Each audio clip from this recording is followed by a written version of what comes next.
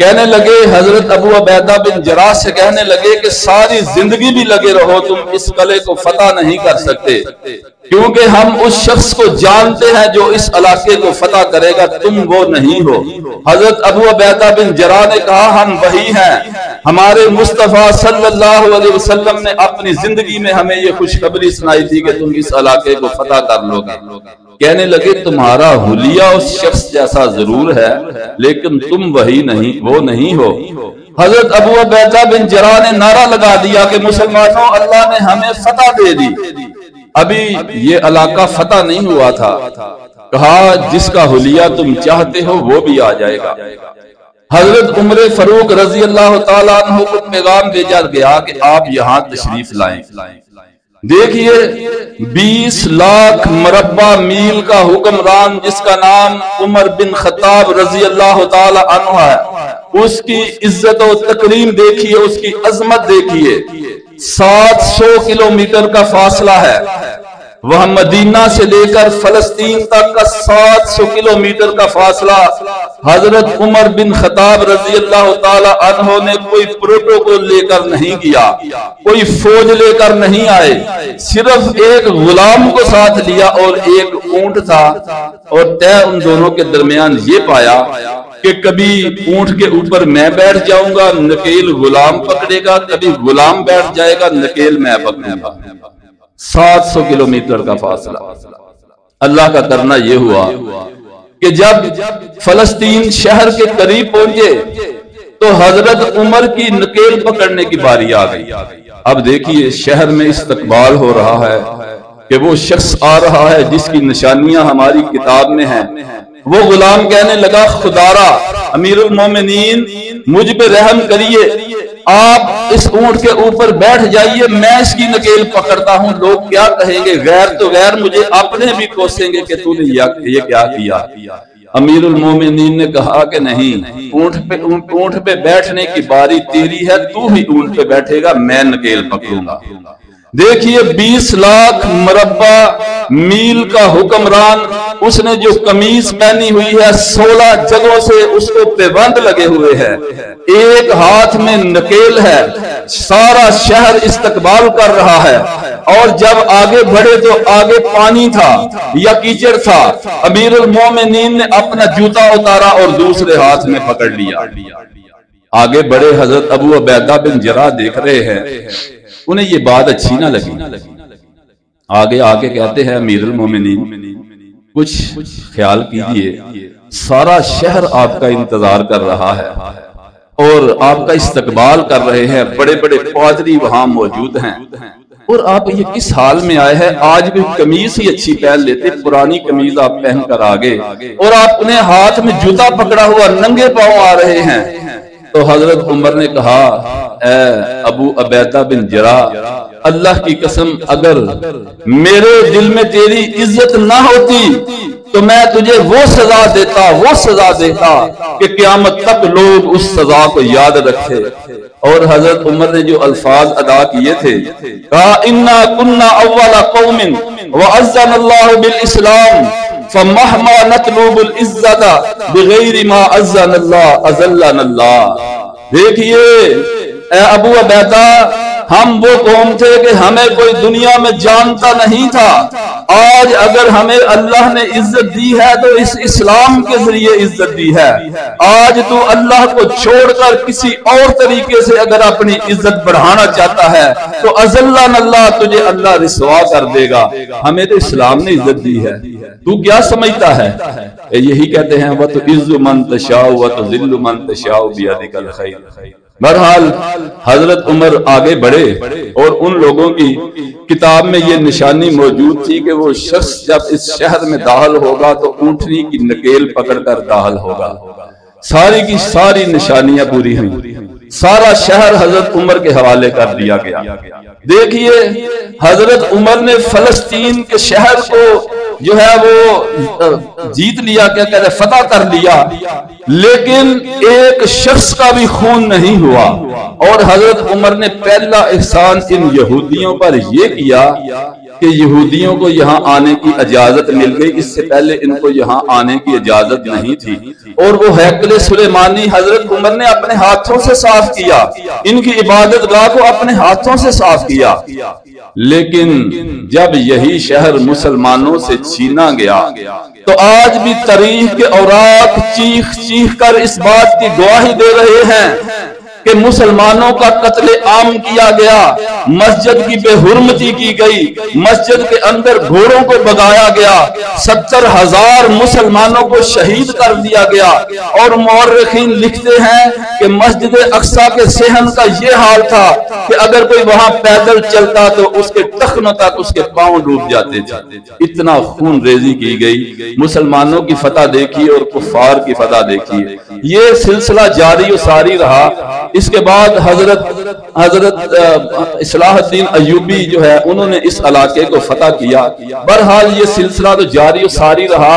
1943 میں ایک ہٹلر نامی جو انگریز تھا، اس نے یہودیوں کو چن چن کر مارا اور کچھ یہودیوں کو زندہ چھوڑ دیا، اور ایک اس نے الفاظ اپنی زبان سے جدا کیے تھے کہ میں کچھ یہودیوں کو اس لیے چھوڑ رہا ہوں کہ کل آنے والے وقت میں لوگ یہ سمجھیں گے کہ میں نے ان کو کیوں مارا تھا۔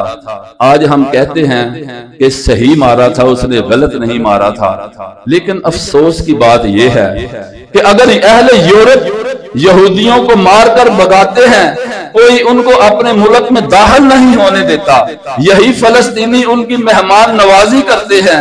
آج ان کی مہمان نوازی کا صلہ ان کو کیا مل رہا ہے کہ ان کے بچوں کو شہید کیا جا رہا ہے، ان کے ہسپتالوں کے اوپر حملے کیے جا رہے ہیں، اور سارے کے سارے یہود و نصارہ ایک جان ہو چکے ہیں۔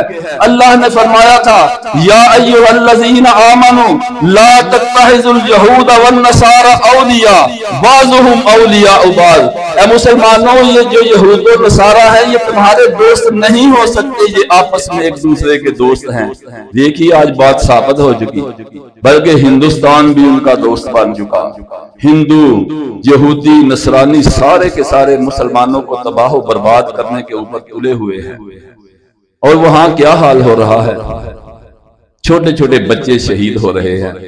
ایک باپ اپنے بیٹے کو دفن کرنے سے پہلے کھلونوں میں کھیلتے ہوئے بچے کو قتل کر دیا گیا، اسے دفن کرنے سے پہلے اپنی آوزاری کر رہا ہے اس انداز میں، بچہ ہے اس کو یوں اکیلے کفن میں ڈال، ایک آدھ گڑیا بچہ ہے اسے یوں نہ اکیلے کفن میں ڈال، ایک آدھ گڑیا چند کھلونے کفن میں ڈال، نازک ہے کونپلوں کی طرح میرا شیر خار، سردی بڑی شدید ہے دورے کفن میں ڈال، کپڑے اسے پسند نہیں کھلے کھلے، چھوٹی سی لاش ہے چھوٹے کفن میں ڈال، مجھ کو بگاڑ دے میرے لختے جگر کے ساتھ، مجھ کو بگاڑ دے میرے لختے جگر کے ساتھ، سینے پہ میرے رکھ کے میرے کفن میں ڈال، ڈرتا ہے کیڑے مکوڑوں سے اس کا دل، کاغذ پہ یہ لکھ اور کفن میں اس کے ڈال، عیسیٰ کی طرح کوئی معجزہ ہو جائے شاید جی اٹھے ایسے کفن میں ڈال، سوتا نہیں یہ میری آغوش کے بغیر، سوتا نہیں یہ میری آغوش کے بغیر، فارس مجھے بھی کاٹ کے اس کے کفن میں ڈال۔ دیکھیے آج وہاں کیا ظلم و ستم ہو رہا ہے، بچوں کو مارا جا رہا ہے، چھوٹے چھوٹے بچوں کو، اور ہسپتالوں کے اوپر حملے ہو رہے ہیں۔ لیکن پھر بھی میں سلام پیش کرتا ہوں ان ماؤں کو، ان بچوں کو، سارے کے سارے شہر کو ملبہ بنا دیا گیا، ایک بچہ اس ملبے کے اوپر بیٹھ کر تلاوت کر رہا ہے، وَلَنَبْلُوَنَّكُمْ بِشَيْءٍ مِّنَ الْخَوْفِ وَالْجُوعِ وَنَقْصٍ مِّنَ الْأَمْوَالِ وَالْأَنفُسِ وَالثَّمَرَاتِ وَبَشِّرِ الصَّابِرِينَ الَّذِينَ إِذَا أَصَابَتْهُم مُّصِیبَةٌ قَالُوا إِنَّا لِلَّهِ وَإِنَّا إِلَیْهِ رَاجِعُونَ۔ آپ نے اس ماں کا منظر بھی دیکھا ہوگا جو جس کا بیٹا ابھی نوجوان بیٹا اپنے منہ کے اوپر نقاب پہن کر کسی کو اپنا انٹرویو ٹی وی چینل پہ دیکھ رہا ہے، اس کی ماں اس کے قریب آتی ہے، اس کے نقاب کو اتارتی ہے اور کہتی ہے بیٹا اپنا چہرہ اپنے دشمن کو دکھاؤ، ہمیں کسی سے ڈرنے کی ضرورت نہیں ہے، ہمارا وہ کیا بگاڑ سکتے ہیں۔ مجھے وہ ماں یاد آ گئی جو رسول اللہ صلی اللہ علیہ وسلم سے کہنے لگی یا رسول اللہ آپ میدان جہاد میں جا رہے ہیں، میرا یہ شیرخوار بچہ بھی ساتھ لے جائیے۔ آپ نے فرمایا یہ کیا کرے گا؟ کہنے لگی یا رسول اللہ جب آپ کے اوپر کوئی حملہ کرے گا تو آپ اس شیرخوار بچے کو آگے کر دیجئے گا، آپ کی جان بچ جائے گی۔ ایسے ماؤں کے حوصلے، ہم سلام پیش کرتے ہیں ان بچوں کو، ان ماؤں کو، لیکن مسلمانوں یہ ہمارے لیے وقت ہے اٹھ جانے کا، ان لوگوں کی مدد کرنے کا۔ اللہ نے فرمایا تھا یا ایھا الذین آمنوا هل ادلکم علی تجارۃ تنجیکم من عذاب علیم تؤمنون باللہ ورسولہ وتجاہدون فی سبیل اللہ باموالکم وانفسکم ذالکم خیر لکم ان کنتم تعلمون۔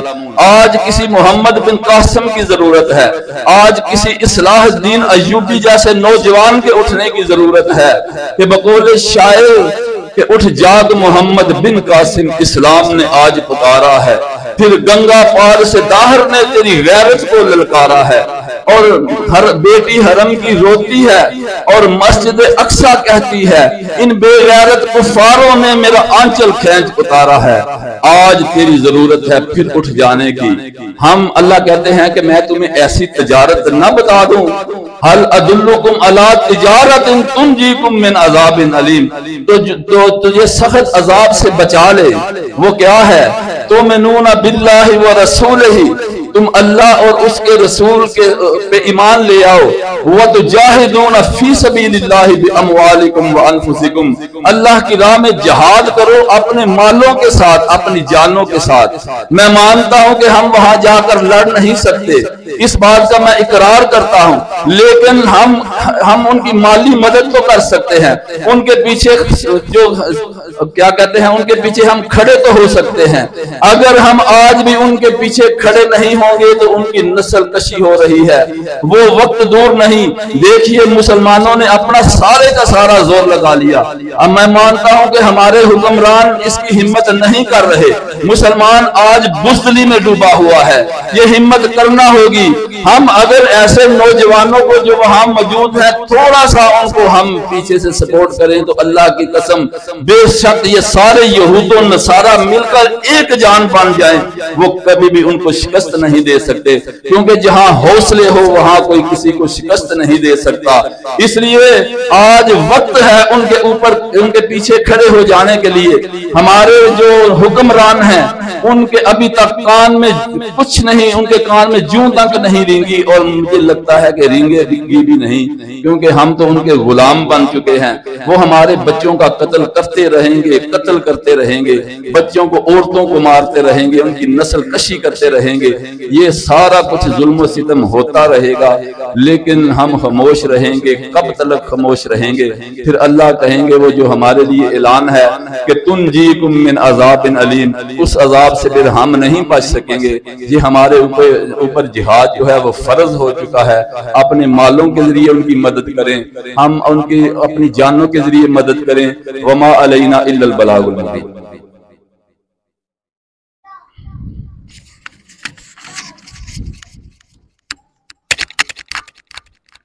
الحمدللہ نحمدہ